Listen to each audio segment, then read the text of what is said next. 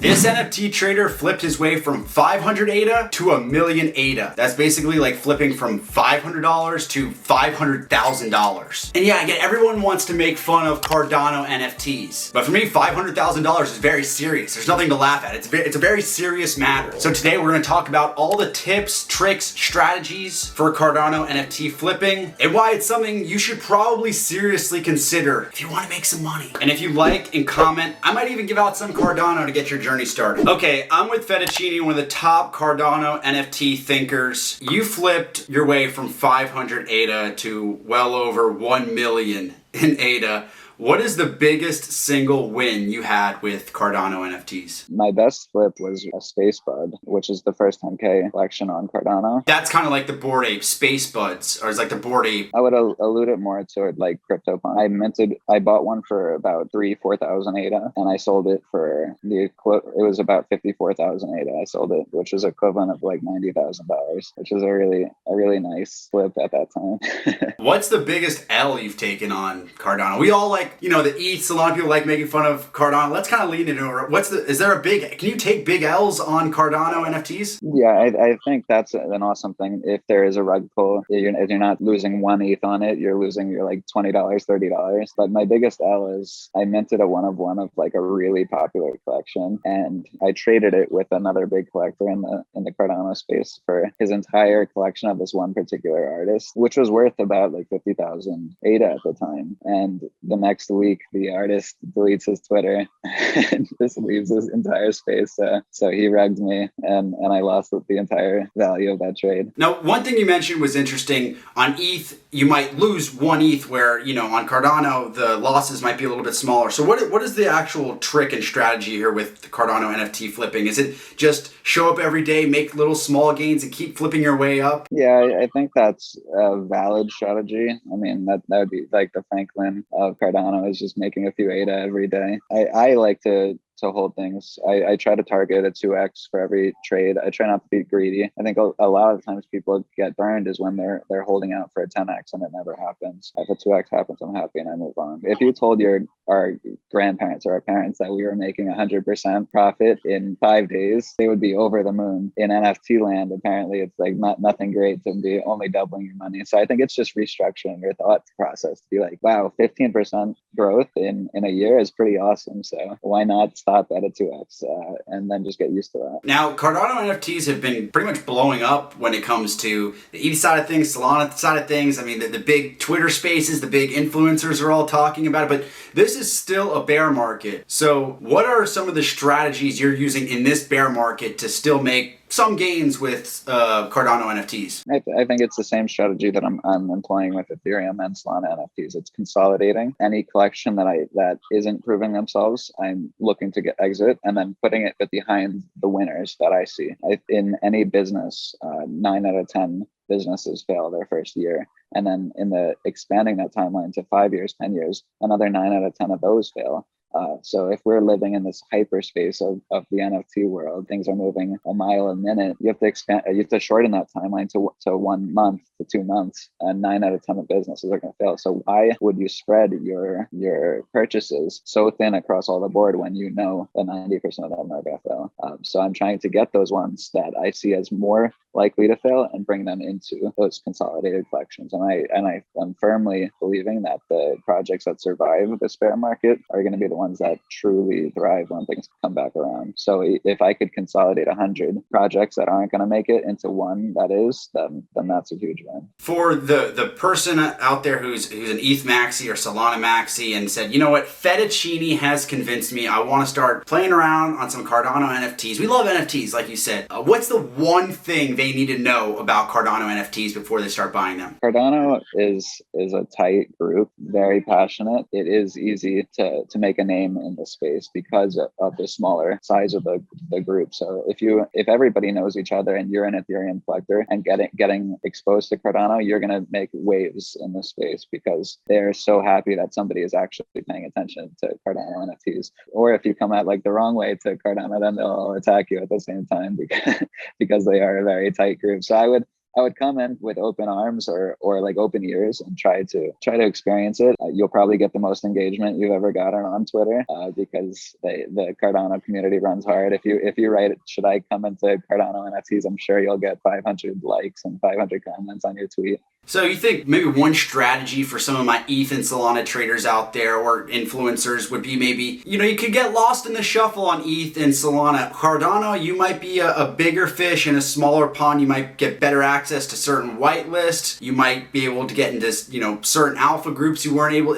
Would you agree with that? Is that kind of a move potentially? 100%. And if you're picking between winners on Ethereum, there's 150 different projects that you could pick and you'd probably be okay with because the pool is just that much bigger. On Cardano, there's probably 20 collections that if you pick, you're a winner. And I'm sure they're going to stick around. So it's a lot easier to navigate these waters.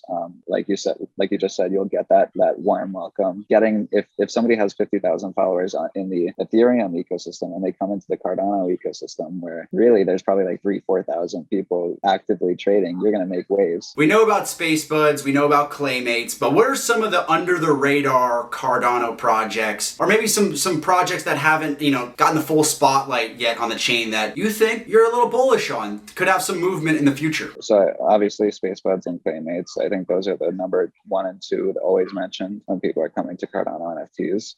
I think that Ape Society has been making moves recently. I think Dead Pixels is like the premier gaming side of things on Cardano. Dirtbirds is a great like meme group. Same thing with Goat Tribe. They're also awesome. Ugly Bros. There's Prismatics if you really care about artwork.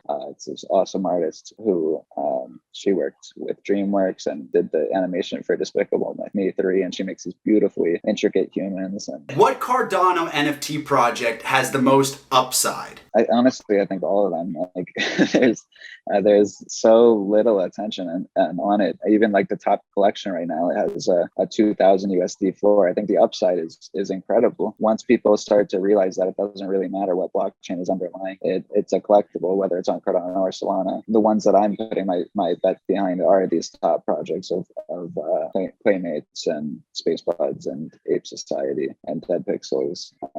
I think those have the biggest chance of making about 10x, 100x, especially in a bear market. Considering on Ethereum, you see the bear market affecting projects going from 2 ETH to like 0.05 ETH. On Cardano, the bear market made projects go from like 5,000 ADA to 3,000 ADA. So it didn't affect, because of like the stronger community, it didn't affect them as much. So we said you went from 500 ADA to over 1 million ADA, 20 ETH to over 60 ETH, 250 sold to over 600. What in this current market right now, if I want to go just increase my crypto chips, if I want to make consistent flips on a weekly basis, what is the best chain for me right now? Cardano. On Ethereum, if you were just trying to make consistent plays, it would be very difficult to outweigh the gas. Obviously now gas is like $3, $4, but with the amount of projects and the amount of developers there, it's very hard to navigate which projects are sustaining and which ones are rug pulls. And obviously scammers are out in full force, and they're going to go to the blockchain that it's easiest to make the most money on or easiest to develop on. Solana,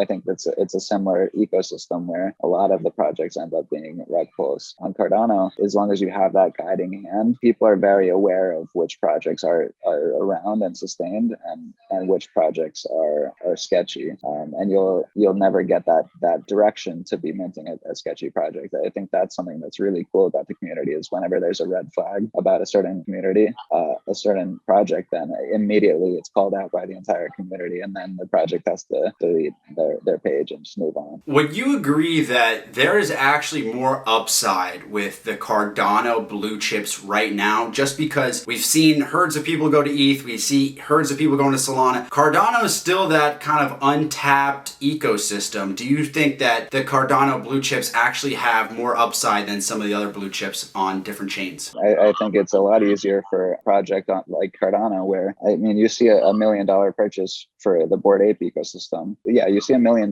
purchase sweep of a Bored Ape asset, and it raises the floor 0.2, 0.3 ETH. If you put $1 million into a Cardano NFT, it would probably triple the floor of even the top collection. So the upside is incredible. once these bigger collectors realize how much influence they can make. Like I just said, $1 million is like a drop in a bucket in Ethereum, but $1 million is a tsunami in Cardano NFTs, and it would make a huge wave throughout the space. Cardano gets a lot of shit. I honestly don't even know why. I feel like I was just born into this. It's like when you're born into a family that likes a certain sports team. I was just born into hating Cardano. Can you defend Cardano for just a second? Tell me why it's not so bad. Well, that's something interesting. Like you just said, I was born into Cardano NFTs. I originally came into the NFT space through NBA Top Shot, and a collector that I really respected in NBA Top Shot tweeted out, "Hey, check out these NFTs dropping. They're the CryptoPunks of Cardano." And I'm like, I've never heard of Cardano. I went to Coinbase, I bought my first Cardano, and I bought into it because of the NFTs. So I never knew anything about the history of Cardano or why people don't like it or why people do like it. I just bought it because I like the NFTs. So I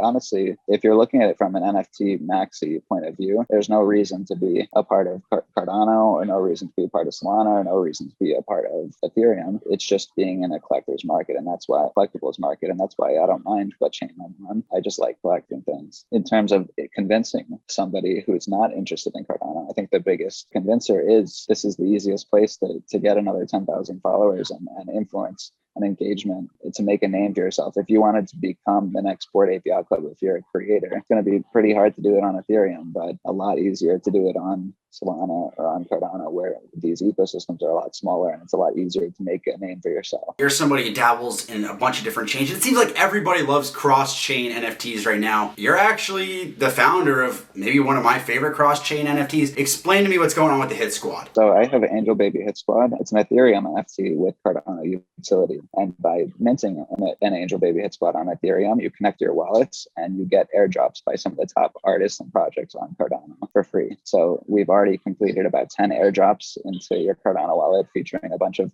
awesome artists. We have another 10 or so to go. And it's just a celebration of like just how in-depth and how deep the Cardano ecosystem is. There's awesome artists, there's awesome projects that just don't get attention. And then just awesome partnerships. If you scroll through my Twitter, you'll see like Mike Tyson holding one of our merch. So we're good friends with him.